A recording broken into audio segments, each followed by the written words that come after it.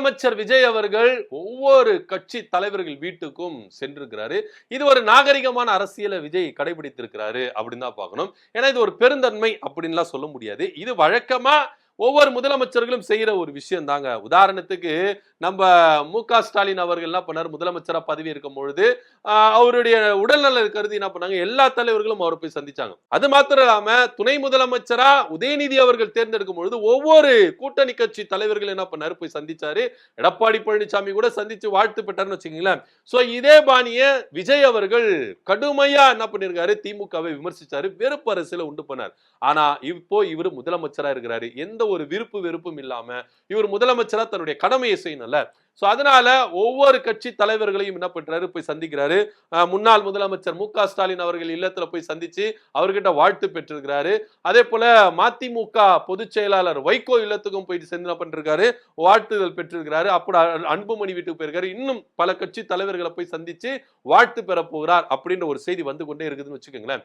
முதலமைச்சர் மு.க. ஸ்டாலின் அவர்களை சந்தித்ததுதான் இப்போ இங்க பேசும் பொருளா இருக்கு. ஏன்னா விஜய் அவர்கள் அரசியல் கட்சி ஆரம்பிச்சு கொள்கை எதிரி அரசியல் எதிரி அப்படின்னு தன்னுடைய நிலைப்பாட்டை அறிவிச்சு கொள்கை எதிரியை மட்டும் விமர்சிக்காம அரசியல் எதிரியான திமுகவை மட்டும் கடுமையான விமர்சனங்கள் முன்வைத்தார், பொய்யான குற்றச்சாட்டுகளை முன்வைத்தார், வெறுப்பு அரசியலை தூண்டினார் அப்படின்னு முதலமைச்சர் விஜய் மேல ஒரு விமர்சனங்கள் வைத்திருக்கிறத இங்க பாக்குறோம். ஆனா இப்போ விஜய் அவர்கள் எப்ப பார்த்தாலும் தீய சக்தி திமுக, தீய சக்தி திமுக, எதுக்கெத்தாலும் திமுக சதி செய்து இப்படி சொல்லி சொல்லி சொல்லி சொல்லி சொல்லி வெறுப்பை திணிச்சுக்கிட்டே இருந்தாரு முதலமைச்சர் விஜய் அவர்கள் அரசியல் பயணத்துல அப்படின்றத இந்த எந்தவித மாற்று கருத்தும் இல்லை. ஆனா இன்னைக்கு எல்லாத்தையும் மறந்து விஜய் அவர்கள் முன்னாள் முதலமைச்சர் மு.க. ஸ்டாலின் அவர்களை சந்தித்திருக்கிறாரு. மு.க. ஸ்டாலின் அவர்களும் தன்னுடைய பதிவில் என்ன சொல்லி இருக்கிறாருன்னா, அன்பு நிறைந்த வாழ்த்துக்களை நான் முதலமைச்சர் விஜய் அவர்களுக்கு நான் தெரிவித்தேன், அது மாத்திரம் இல்லாம சில ஆலோசனைகளை சொல்லி இருக்கிறேன் அப்படின்னு சொல்லி இருக்கிறார். ஏன்னா நேற்றைய தினத்துல எடுப்புல கஜானா காலி அப்படின்னு சொன்னாரு. 10 லட்சம் கோடி கடன் வாங்கி வச்சிருக்கிறாங்க அப்படின்னு சொன்னாரு. இத உடனே எதிர்த்தாரு முன்னாள் முதலமைச்சர் மு.க. ஸ்டாலின் அவர்கள். என்ன அப்படின்னா, எடுப்புலயே கஜானா காலின்னா சொல்லாதீங்க, போய் உள்ள போய் நிர்வாகத்துக்குள்ள போய் பாருங்க சார்.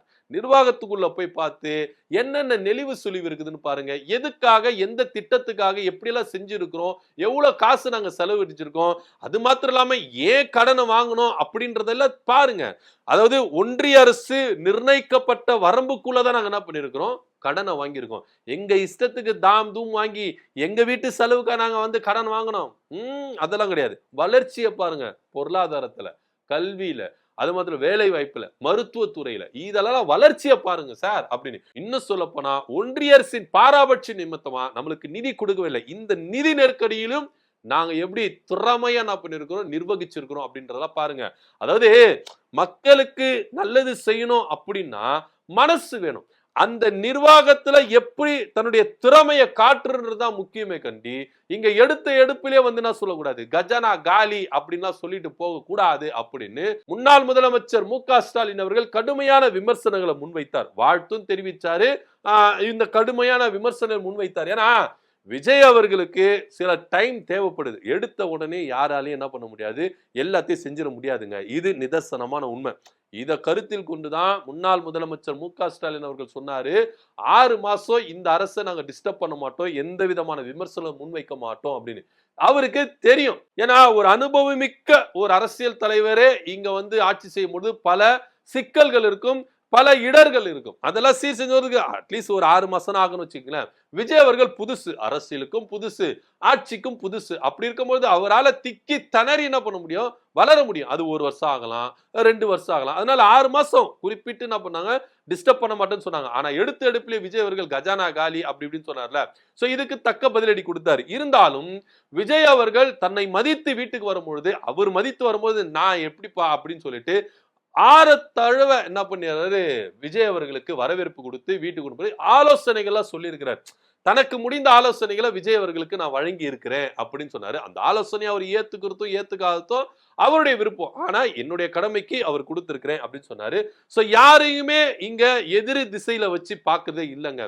என்னதான் ஒரு சுச்சுவேஷன், அரசியல் ரீதியா, கருத்தியல் ரீதியா, கொள்கை ரீதியா எதிர்க்கலாம். அதுல எந்தவித மாற்று கருத்தும் இல்ல. ஆனா இங்க அரசியல் நடைமுறை ஒரு நாகரிகம் ஒன்று இருக்குல்ல, அந்த பண்புன்னு ஒண்ணு இருக்குல்ல, அது வரும்பொழுது இங்க எல்லாருமே என்ன பண்றாங்க, அந்த அன்பு நட்பு என்ன பண்றாங்க, இங்க பரிமாறிக்கிறாங்க அப்படின்னு. இன்னும் சொல்ல போனா காலையில சட்டமன்றத்துக்குள்ள பதவியேற்கும் பொழுது எதிரும் புதிருமா இருந்தாங்க முதலமைச்சர் விஜய், எதிர்க்கட்சி தலைவர் உதயநிதி ஸ்டாலின். ஆனா விஜய் அவர்கள் முன்னாள் முதலமைச்சர் மு.க. ஸ்டாலின் அவர்களை சந்திக்க வரேன் அப்படின்னு சொன்னோம், வாசல்லே நின்னு வரவேற்றார்ல, அந்த பண்பு யாருக்கு இருக்கு?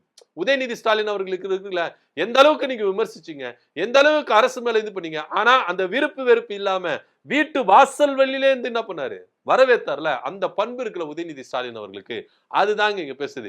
இங்க அரசியலை கடந்து இங்க வந்து பாத்தீங்கன்னா பல விஷயங்கள் நடக்கிறதுக்கான வாய்ப்பு இல்லை. இந்த அரசியல் நாகரிகம் கருதி ஒவ்வொருத்தரும் என்ன பண்றாங்க, இங்க வரவேற்றிருக்காங்க. சோ விஜய் அந்த விஷயத்தை எடுக்கிறார். இன்னும் சொல்ல போனா வைகவர்கள் என்ன சொல்றாருன்னா, அண்ணா அவர்கள் முதலமைச்சரா தேர்ந்தெடுக்கப்பட்ட பொழுது ஒவ்வொரு தலைவர்களும் இது போல சந்திச்சாரு. அதாவது பெரியாரை சந்திச்சாரு, காமராசரை சந்திச்சாரு. இத்தனைக்கும் காமராசர் நேர் எதிரில் இருந்தாங்க, இருந்தாலும் போய் சந்திச்சாரு. அப்படி இருக்கும் பொழுது விஜயும் அது போல செயல்படுகிறார் அப்படின்னு சொல்றாரு. சோ விஜய் அவர்கள் ஒவ்வொரு அரசியல் கட்சி தலைவர்களையும் போய் சந்திக்கிறது ஒரு நல்ல விஷயம், ஒரு ஆரோக்கியமான அரசியல் அப்படின்னு தான் நம்ம எடுத்துக்கொள்ளணும். உடனே முதல்வர் விஜய் அவர்களுக்கு எந்த அளவுக்கு மனசு பாத்தீங்களா, பெரிய மனசு பாத்தீங்களா, அப்படியெல்லாம் கிடையாது. இங்க ஒவ்வொரு முதலமைச்சரும் செய்யற விஷயம் தான் விஜய் அவர்களும் புதுசா செய்யல அப்படின்றது தான் நிதர்சனமான உண்மையா இருக்கு. சோ இருந்தாலும் விஜய் அவர்கள் எல்லாவற்றையும் கடந்து, விருப்பு வெறுப்பு எல்லாத்தையும் கடந்து முன்னாள் முதலமைச்சர் மு.க. ஸ்டாலின் அவர்களை போய் சந்திச்சு அவர்கிட்ட வாழ்த்து பெற்றது. அப்புறம் எடப்பாடி பழனிசாமி போய் சந்திக்க போறாரு. அது மாத்திரம் இல்லாம வைகோ போய் சந்தித்தது, திருமாவளவன் போய் சந்திக்க போறாரு. ஒவ்வொரு அரசியல் கட்சி தலைவர்களும் அவர் சந்திச்சு வாழ்த்து பெறுறது கொஞ்சம் வாழ்த்து வேண்டிய ஒரு விஷயமா தான் இருக்கு. சோ விஜய் அவர்கள் இந்த மாதிரி விஷயத்தை செய்யறது ரொம்ப ரொம்ப ரொம்ப ரொம்ப வரவேற்கத்தக்கது அப்படின்றதுல எந்த வித மாற்று கருத்து இல்ல. அதே சமயம் ஆட்சியிலும் கொஞ்சம் விஜய் அவர்கள் இந்த மாதிரி ஒரு கவனத்தை செலுத்தி நல்ல ஆட்சிகளை கொடுக்கணும் அப்படின்னு, அது மாத்திரம் இல்லாம நல்ல நல்ல செயல் திட்டங்களை கொண்டு வரணும் அப்படின்றதையும் அவருக்கு முன்வைக்க வேண்டிய ஒரு விஷயமா தான் இருக்குது. கண்டிப்பா முதலமைச்சர் விஜய் அவர்கள் செய்வார் அப்படின்ற ஒரு நம்பிக்கையும் எல்லாருக்கும் இருக்குது அப்படின்ற ஒரு விஷயம் தான் இருக்குது. சோ என்னதான் இருந்தாலும் பல அரசியல் கட்சி தலைவர்கள் விஜயனுடைய செயலை பாராட்டிட்டு வராங்க. திருமாவளவன் அவர்கள் கூட இது ஒரு முதிர்ச்சியான அரசியல் அப்படின்றத விஜய் கிட்ட நம்ம பார்க்க வேண்டிய ஒரு விஷயமா இருக்குது. ஏன்னா அரசியல் பிரச்சார மேடைகள்ல திமுகவையும் திமுக தலைவர் மு.க. ஸ்டாலின் அவர்கள் எந்த அளவுக்கு விமர்சிச்சாரு, ஆனா இப்ப போய் சந்திக்கிறாரு அப்படின்னு சொல்லிட்டு திருமாவளவன் அவர்கள் என்ன பண்ணிருக்காரு, கருத்து தெரிவிச்சிருக்காங்க. ஒவ்வொரு அரசியல் கட்சி தலைவர்களும் விஜய் அவர்கள் செய்த செயலுக்கு வாழ்த்துக்கள் தெரிவித்துட்டு வராங்க. இதை பத்தியோட கருத்து என்ன அப்படின்னு கீழே கமெண்ட் பண்ணுங்க. நன்றி, வணக்கம்.